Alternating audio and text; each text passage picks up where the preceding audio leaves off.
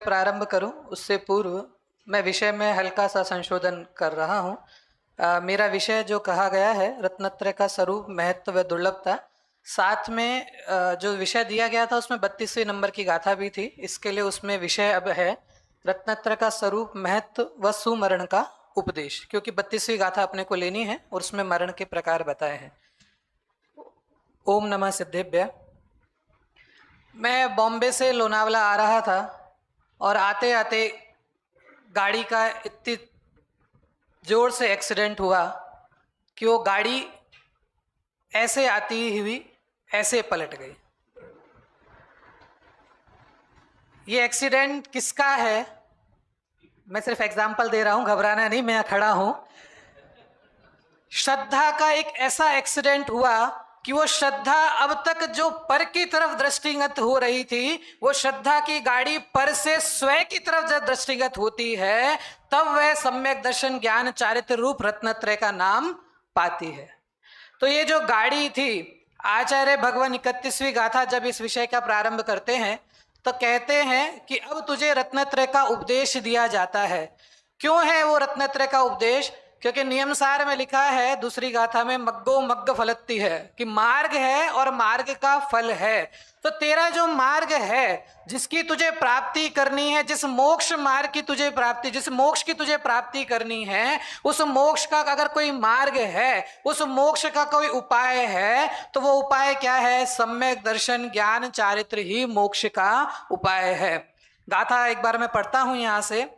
अपो अपम ही रहो, सम्मा इट्ठी हवै फुडु जीवो, जाणन तम सन्नाणम चरिदम चारित्र गोती।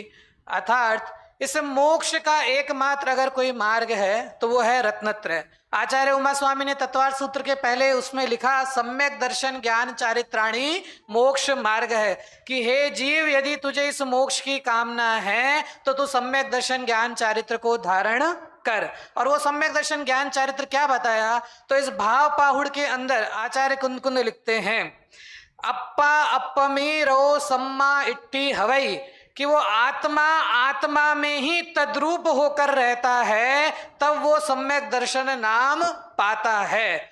और लिखा नीचे, जानन तम सन्नाणम, उसी आत्मा को जानना, उसका नाम सम्यक ज्ञान है। और चरिदम चारित्र मग्गोती, उसी आत्मा में चरित्र करना, उसी आत्मा में आचरण करना, उसका नाम सम्यक चारित्र है। इस तरह सम्यक दर्शन, सम्यक ज्ञान, सम्यक चारित्र और भावा गाथा का अर्थ में लिखा, यही मोक्ष का मार्ग है। इसके अलावा कोई दूसरा मोक्ष का मार्ग नहीं है। समय सार की 155 नंबर की गाथा के अंदर आचार्य ने कहा कि जीवादि तत्वों का जब वो इसी आत्मज्ञान को मोक्ष मार्ग स्थापित करते हैं, 155 नंबरी गाथा में कहते हैं, जीवादि सदहरणम सम्मतम तेसिम अधिगमोणाणम रागादि परिहरणम चरणम ऐसो दु मोक्ष पहो। अर्थात जीवादि पदार्थों का श्रद्धान सम्यक दर्शन है, उन्हीं जीवादि पदार्थों का ज्ञान सम्यक ज्ञान है, और रागादि के त्याग रूप उन्हीं जीवादि पदार्थों में लीनता, उसका नाम सम्यक चारित्र है। और ये जो सम्यक दर्शन ज्ञान चारित्र हैं, तो ये जो सम्यक दर्शन ज्ञान चरित्र होगा तो क्या हो जाएगा, है ना? मुझे सम्यक दर्शन की प्राप्ति हुई तो क्या हुआ? हम भक्ति में कहते हैं कि आज हमारो उपयोग पलट्यो। क्या हुआ? सम्यक दर्शन हुआ, ज्ञान हुआ, क्या हुआ? आज हमारो उपयोग पलट्यो, चैतन्य चैतन्य भास रहे हो रे। आचार्य अमृतचंद्र ने समय सार की आत्मख्याति टीका के कलश के अंदर लिखा, अंतिम पंक्ति, आत्म आराम एवं, कि अब तक ये आत्मा बाहर के उपवन में जो क्रीड़ा कर रहा था, सम्यक दर्शन हुआ तो क्या हुआ? उस आत्मा को क्रीड़ा करने के लिए एकमात्र अगर कोई उपवन शेष रहा तो आत्मा रूपी उपवन ही शेष रहा, आत्म आराम एवं। तो ये जो सम्यक दर्शन, सम्यक ज्ञान, सम्यक चारित्र, तीनों की जो एकता है, उस एकता का ही नाम मोक्ष मार्ग है। ये तो हुई इसकी परिभाषा। अब इसके अंदर जो दो बातें आती हैं, कि ये जो रत्नत्रय है इसके दो दृष्टिकोण सब बहुत प्रसिद्ध दृष्टिकोण है। एक निश्चय परक है और एक व्यवहार परक है ना। जहां निश्चय में आत्मा का श्रद्धान ज्ञान आचरण लिया जाता है और बाहर में जीव अजीव तत्वों का श्रद्धान, और देखा जाए तो देवशास्त्र गुरु का श्रद्धान, ये सब व्यवहार सम्यक दर्शन की श्रेणी के उसमें अंदर जाता है। इसमें जो तीन तरह से इसमें बताया है, लक्षण, अस्तित्व और परिणाम रूप में, कि ये जो निश्चय है ये वास्तव में प्रधान है, साध्य है, और जो व्यवहार है ये मात्र इस निश्चय का साधन स्वरूप है। गुरुदेव श्री तो इसमें और विशेष कहते थे कि ये साधन वादन भी कुछ नहीं है। ये तो हम कहते हैं, समय सार की 12वीं गाथा में लिखा, व्यवहार जानेला प्रयोजनवान है, व्यवहार जाना हुआ प्रयोजनवान है। मोक्ष मार्ग प्रकाशक के 7वें अधिकार के अंदर जब उभयावासी मिथ्या दृष्टि की चर्चा करते हैं तब टोडरमल जी कहते हैं कि व्यवहार को निश्चय का कारण कहा है। अपनी जो चर्चा भी चल रही है ना कि द्रव्य लिंग भाव लिंग का कारण कहा है, तो ऐसा, लेकिन उस साधन में अटकना नहीं है कि तुझे तो निश्चय रत्नत्रय का ही उपदेश दिया जाता है ना, क्योंकि पूर्णता के लक्ष्य से शुरुआत की गई है। तेरे को, तुमको, यदि तुझे इस संसार से भय लगता है, योग सार में लिखा आचार्य ने कि हे संसार से भयभीत, है ना, संसार से यदि तुझे भय लगता है तो तू इस रत्नत्रय के महत्व को समझ, इस रत्नत्रय को अंगीकार कर। लिखा है नीचे, निश्चय की प्राप्ति हो जाने के बाद व्यवहार कुछ नहीं है, और बिना निश्चय के व्यवहार नाम भी पाता नहीं है। रत्नत्रय की दुर्लभता की अगर अपन चर्चा देखें तो ये इतना दुर्लभ है कि अभी जैसे हम कुछ ही लोग यहाँ पर बैठे हैं ना, तो जैसे आप ग्राफ देखेंगे तो ये अनंत बार संसार में जन्म मरण करते हुए चक्र में भटकते हुए जीव बहुत सारे हैं। उसमें से फिर व्रत आदि का पालन करने वाले जीव अनेक बार व्रत आदि हमने धारण किए, लेकिन वो उससे कम। उसके बाद तत्व को सुनने वाले जीव, है ना, परमात्मा की वाणी सुनने वाले जीव और कम, और उसमें भी, है ना, बोधि दुर्लभता, उसमें भी दुर्लभ से दुर्लभ ये जो स्व स्वरूप का अनुभव करने वाला जो जीव है वो उसमें भी दुर्लभ से दुर्लभ है। लिखा, गुरुदेव श्री कहते हैं ना, भाग्यशाली ना काने पड़े, है ना, ये तो वो बात है जो भाग्यशाली के कान में पड़ती है ना। बिरला जाने तत्व को, बिरला सुने कोई। वास्तव में यहाँ बैठे ना आदरणीय मनीष जी वैसा कहते हैं ना, छठे छटाए जीव हैं, है ना। हम कैसे हैं? छठे छटाए जीव हैं, क्योंकि हम रत्नत्रय की ललक हमारे अंदर है कि हमें रत्नत्रय प्राप्त करना है, और ये रत्नत्रय प्राप्त हो जाएगा तो क्या हो जाएगा? कहा भाई साहब ये मत पूछो क्या हो जाएगा, ये पूछो क्या नहीं होगा ना। ये मत पूछो क्या होगा, ये पूछो क्या नहीं होगा। अरे रत्नत्रय प्राप्त करने के बाद सर पे जलती सिगड़ी रख दे, घानी में पेल दे, शरीर के टुकड़े टुकड़े कर दे, तो भी, है ना, तो भी भाव आत्म स्वभाव से विमुख नहीं होता। ये ऐसा रत्नत्रय का बल है ना। आगे इसकी दुर्लभता के, इसके महत्व को और आगे थोड़ा सा बढ़ाते हैं। ये जो रत्नत्रय है, ये रत्नत्रय कैसा है, क्या देने वाला है?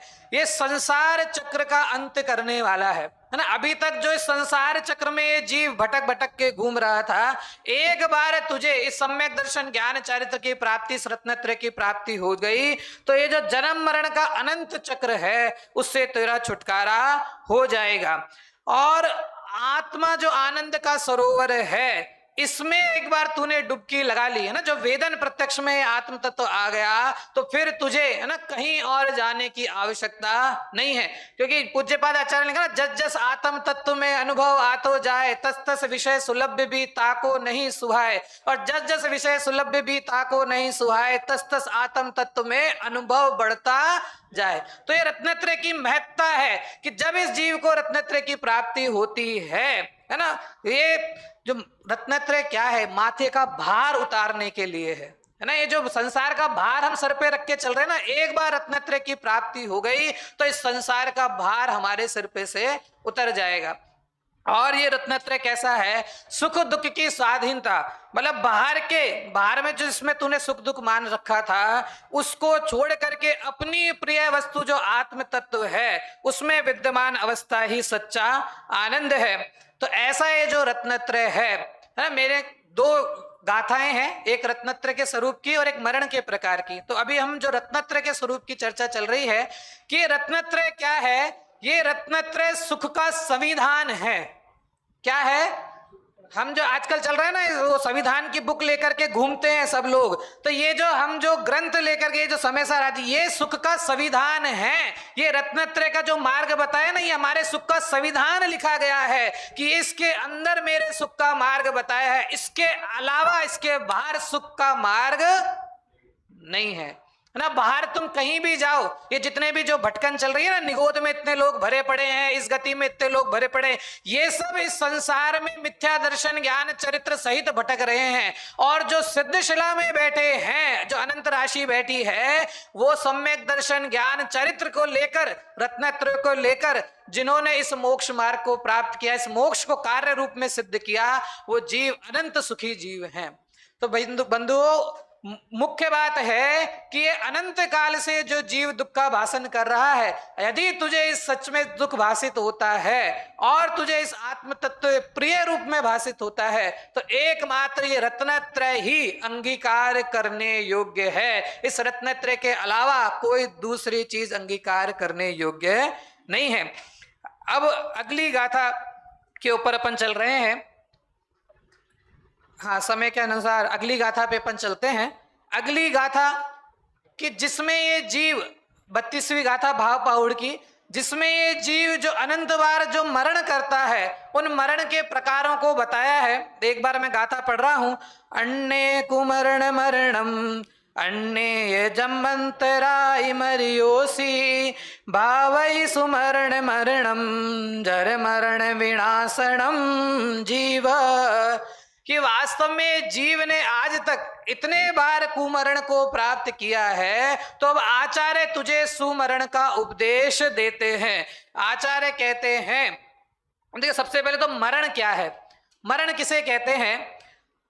मूलाचार के अंदर लिखा, अपने परिणामों से प्राप्त हुई आयु का, इंद्रियों का, मन वचन काया, इन तीन बलों का कारण विशेष मिलने पर नाश होना मरण कहलाता है।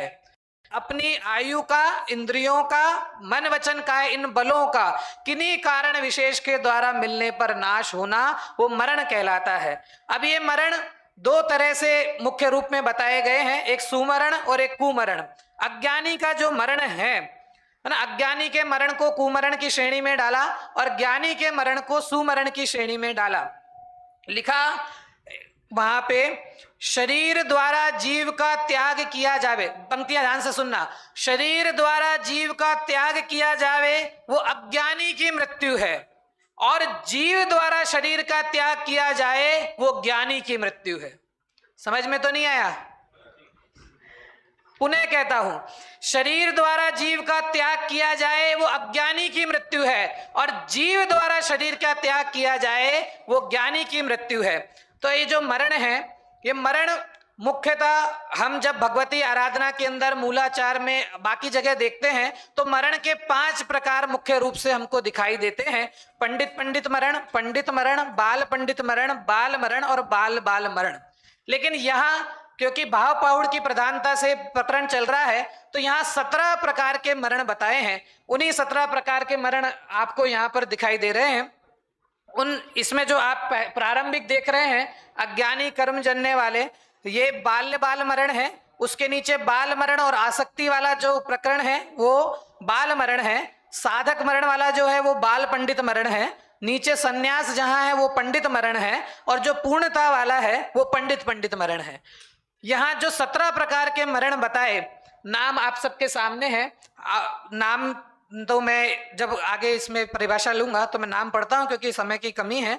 आगे इन 17 प्रकार के मरण को अगर हम विस्तारित रूप में देखें, तो इन 17 प्रकार के मरण में जो सबसे प्रारंभिक जो बाल बाल मरण कहे, उन बाल बाल मरण में ये 4 प्रकार के मरण हैं, जिसमें पहला है आविची मरण। आविची मरण किसे कहते हैं? जैसे समुद्र की लहरें, जैसे समुद्र में लहरें उठती हैं, ऐसे ही पानी की कल्लोल जैसे उठती है, वैसे समय समय में इसके आयुष्य के परिणाम छूटते जाते हैं। जो आयु लेके आया है वो समय समय में कम होती जाती है, वो आविची मरण कहलाती है। फिर तद्भव मरण है कि आगामी शरीर के उत्पन्न होने पर वर्तमान देह का छूट जाना वो तद्भव मरण कहलाता है ना। वर्तमान पर्याय का अभाव इस भाव का, तो ये तद्भव मरण है। फिर अवधि मरण, जैसा मरण वर्तमान पर्याय का हो वैसा ही अगली पर्याय का भी मरण हो, वो अवधि मरण कहलाता है। इसमें दो भेद हैं, एक सर्वावधि और एक देशावधि। फिर आद्यंत मरण है कि अवधि में तो क्या था, जैसा पूर्व में है वैसा का वैसा वर्तमान में मरण, लेकिन आद्यंत में है वर्तमान में जैसा मरण हुआ वैसा आगे प्राप्त ना होना। अभी जैसा वर्तमान में मरण हुआ वैसा आगे प्राप्त ना होना, वर्तमान पर्याय की स्थिति आदि जैसा उदय था वैसा आगे बंद उदय ना होना, वो आद्यंत मरण कहलाता है। इस तरह ये चार बाल मरण है। फिर आते हैं बाल मरण के ऊपर। बाल मरण में 5 भेद किए हैं, अव्यक्त बाल, व्यवहार बाल, ज्ञान बाल, दर्शन बाल और चारित्र बाल। तो अव्यक्त बाल जो सबसे पहला है, जिनको पुण्य पाप धर्म अर्थ काम समझ में नहीं आता है, मतलब पुण्य पाप आदि को समझने में अशक्त हैं, जिनका लिखा है ऐसा, जिनके सूरसागर जी टीका में लिखा है कि जिनका शरीर इन कार्यों में असमर्थ है वो अव्यक्त बाल की श्रेणी में जाते हैं। फिर व्यवहार बाल लिखा, जो शिशु अवस्था वाला है, जिनके शास्त्रों के व्यवहार को जो नहीं जानता है वो व्यवहार बाल है। वस्तु के यथार्थ ज्ञान से रहित मरण को प्राप्त होने वाला ज्ञान बाल है। जो सम्यक दर्शन से रहित है ना, मिथ्या दृष्टि जो तत्व श्रद्धान रहित है वो दर्शन बाल है। और जो दर्शन ज्ञान होते हुए चारित्र से रहित मरण को प्राप्त करता है वो चारित्र बाल है। इसमें दर्शन बाल में 2 भेद आते हैं, एक इच्छा प्रवृत्त और एक अनिच्छा प्रवृत्त। इच्छा प्रवृत्त के अंदर जैसे अग्नि से, धुआं से, विष से, पानी से, पर्वत पे से गिरने से, उष्ण से, शीत से, इन्हीं कारणों से अगर वो मरण को, सम्यक दृष्टि मरण को प्राप्त होता है तो वो इच्छा रूप मरण है, इच्छा प्रवृत्त बाल दर्शन बाल मरण है। और अनिच्छा प्रवृत्त में क्या ना, योग्य काल और अकाल के अंदर अगर वो जीव मरण की इच्छा बिना मर जाता है तो वो दर्शन बाल, अनिच्छा प्रवृत्त दर्शन बाल मरण में आता है। फिर अन्य प्रकार के जो अज्ञानी मरण बाल मरण में जो आते हैं उनमें आसन्न मरण, सशल्य मरण, पलाय मरण, विप्रनाश मरण और गद्यपृष्ठ मरण मुख्य है।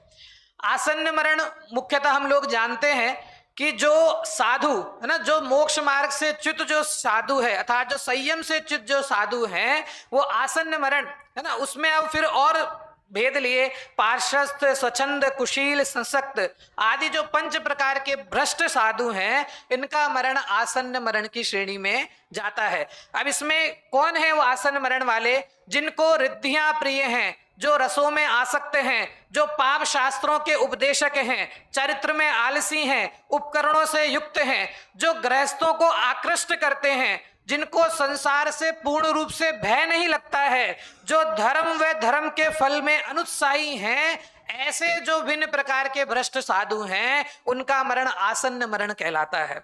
सशल्य मरण आसान है, शल्य सहित जीव का मरना, उसमें भाव शल्य और दृढ़ शल्य 2 प्रकार के भेद किए हैं। पलाय मरण संक्षिप्त में देखें, जिसका स्वरूप से पलायन हो गया है, अर्थात जो प्रशस्त क्रिया में आलसी है, व्रतादिक में शक्ति आदि को छिपाता है, ध्यानादिक से दूर है। और लिखा मूलाचार में, जिसको धर्म के चिंतन में निद्रा में झूमने लगता है ना, जो धर्म के चिंतन में निद्रावश झूमने लगता है वो जीव पलाय मरण, मतलब उसका मरण पलाय मरण की श्रेणी में जाता है। फिर उसके बाद विप्रनाश मरण और गद्यपृष्ठ मरण है, उसके लिए लिखा है इन दोनों मरणों का जैन धर्म में कोई विधान नहीं है, लेकिन फिर भी इनका विस्तार किया है।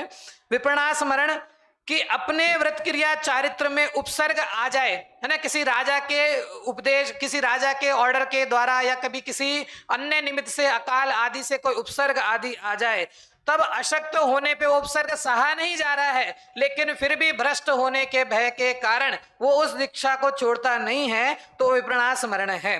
और ऐसी स्थिति में अगर शस्त्र आदि को धारण करके मरता है तो वो गद्यपृष्ठ मरण है। इस तरह ये बाल मरण के उसमें आते हैं। इसमें वशात मरण और आता है, इंद्रिय, वेदना, कषाय और 9 कषाय के वश होकर इन प्राणों का त्यागना, वो वशात मरण है, जिसके 4 भेद किए हैं, इंद्रिय वशात मरण, कषाय वशात मरण, वेदना वशात मरण और 9 कषाय वशात मरण। आसान है, कि 5 इंद्रियों के विषयों में मरना इंद्रिय वशात मरण है। क्रोध मान माया लोभ के वश होकर प्राण छोड़ना कषाय वशात है। साता असाता की वेदना में फंसकर मरना, मतलब साता में भी है ना, कहते हैं ना कि अरे बिल्कुल बैठे बैठे मर गए हाथ से आदि में, तो उसमें भी साता असाता की वेदना वशात मरना ये इसमें आता है। और हाथ से विनोद आदि के वश होके मरना है ना, ये सब भी कषाय रूप में वशात मरण के अंदर आते हैं।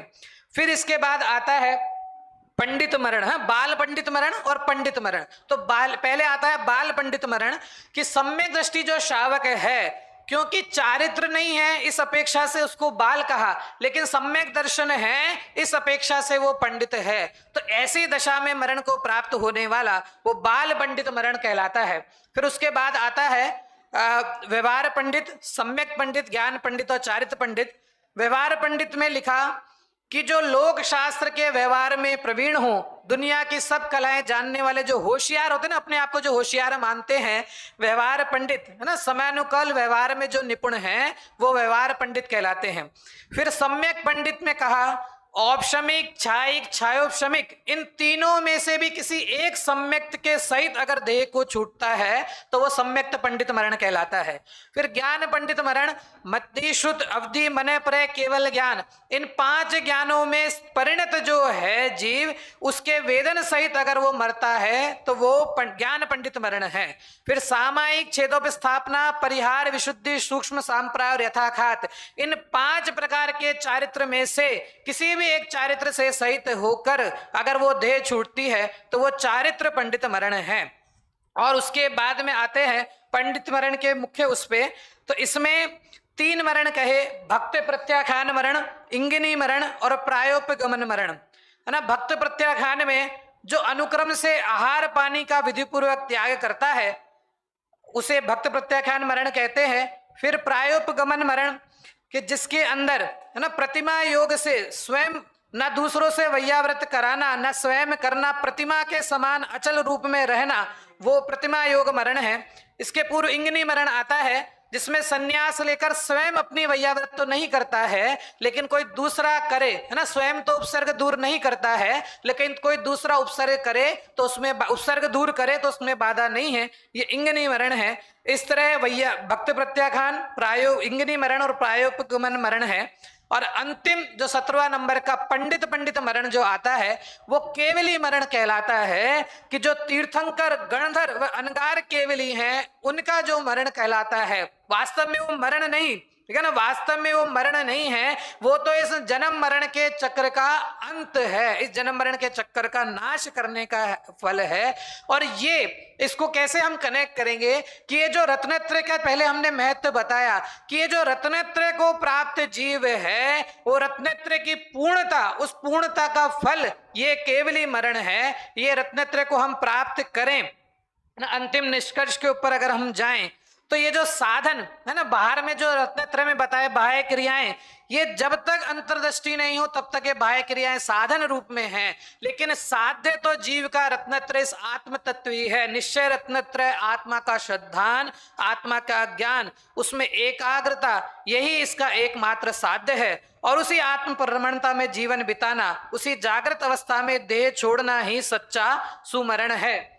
ये जो 5 प्रकार के मरण, ये जो 17 प्रकार के जो मरण हैं उनको 5 प्रकार में जब अपन विभाजित करते हैं तो उसमें मुख्यतः पंडित और पंडित है ना, जो सुमरण जो कहा जाए तो ये बाल पंडित और पंडित ये सुमरण है ना, सुमरण बनाम कुमरण। तो ये जो बाल पंडित और पंडित ये जो मरण कहे ये सुमरण है, और बाल इन 17 में ये कुमरण है। तो आचार्य भगवान कुंद आचार्य इस 32वीं गाथा में कहते हैं कि तूने आज तक अनंत बार बहुत से कुमरण किए, लेकिन अब तू इस रत्नत्रय को अंगीकार कर और इस रत्नत्रय को अंगीकार कर, अब तू ऐसा सुमरण को प्राप्त कर कि इस रत्नत्रय के द्वारा तेरे जन्म मरण का अंत हो।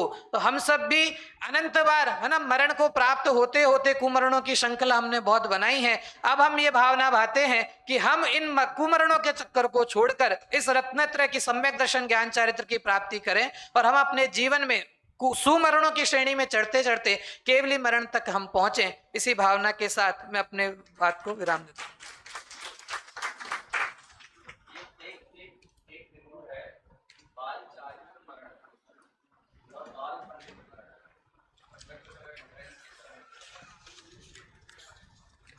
बाल चारित्र में तो वैसे 5 प्रकार के जो चारित्र बताए ना,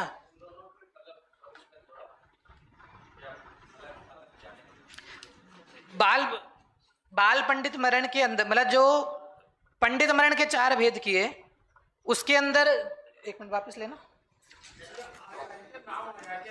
हाँ,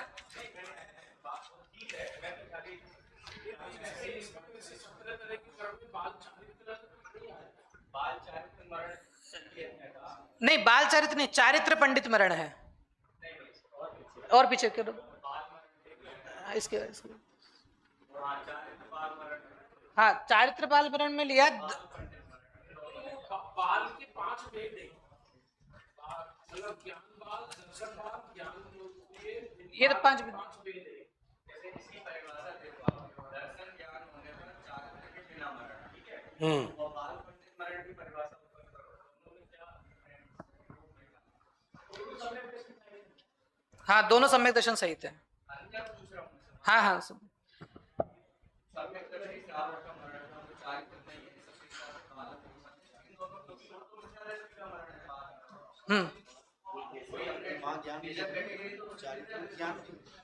देखो ऐसा है कि ये जो मरण के भेद हैं, वास्तव में जो 5 मरण हैं, 5 मरण, बाल मरण मिथ्या दृष्टि का मरण का है, मिथ्यात्व, और साथ में कुमरण आर्द्र रौद्र ध्यान सहित, और अपना भगवती आराधना में समकित संयम रहित और समकित सहित, माने चारित्र रहित और समकित सहित को भी बाल मरण का है।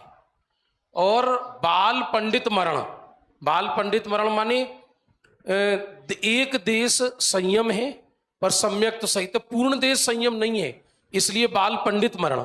और जो मुनिराज के पूर्ण संयम है और सम्यक्त भी है, सकल चारित्र भी है, और पंडित मरण के फल में पाया केवल ज्ञान, और जो केवली का देह छूटा उसका नाम है पंडित मरण।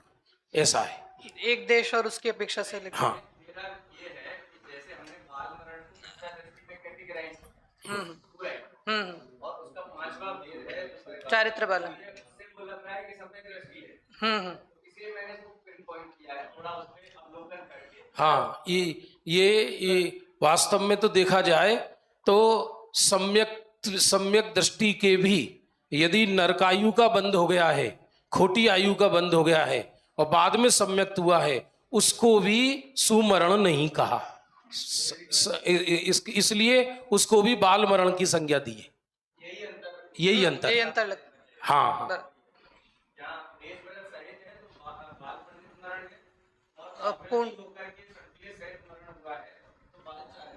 हाँ, हाँ, बराबर।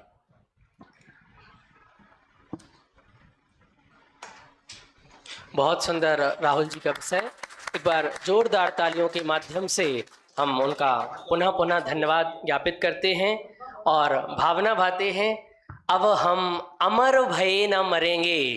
हमें जो अध्यात्म का मार्ग मिला है वो तो यह जानने के लिए मिला है कि जो मरता है वह मैं नहीं, और जो मैं हूँ वो कभी मरता नहीं। बीच में एक मिनट, दरअसल सोनू जी इस समाधि को संयम के अंतर्गत स्वीकार किया है।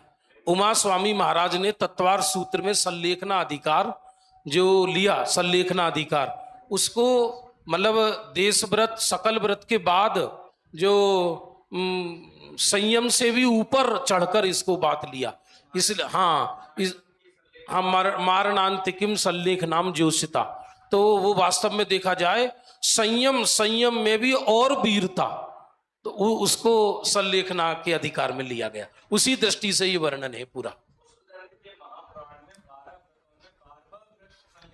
वाह वाह वाह, बहुत सुंदर। चलिए, बहुत सुंदर चर्चा भी हो गई है। 31 नंबर की जो गाथा है, 32 नंबर की गाथा के आधार से चर्चा ली थी। निज आत्मा को जानना सदज्ञान रमना चरण है, निज आत्मा रत जीव सम्यक दृष्टि जिनवर कथन है। सचमुच निज आत्मा रत जीव ही सम्यक दृष्टि है, रत्नत्रय सहित है, और उसके सर्व प्रकार की सुलभता जीवन में होती है।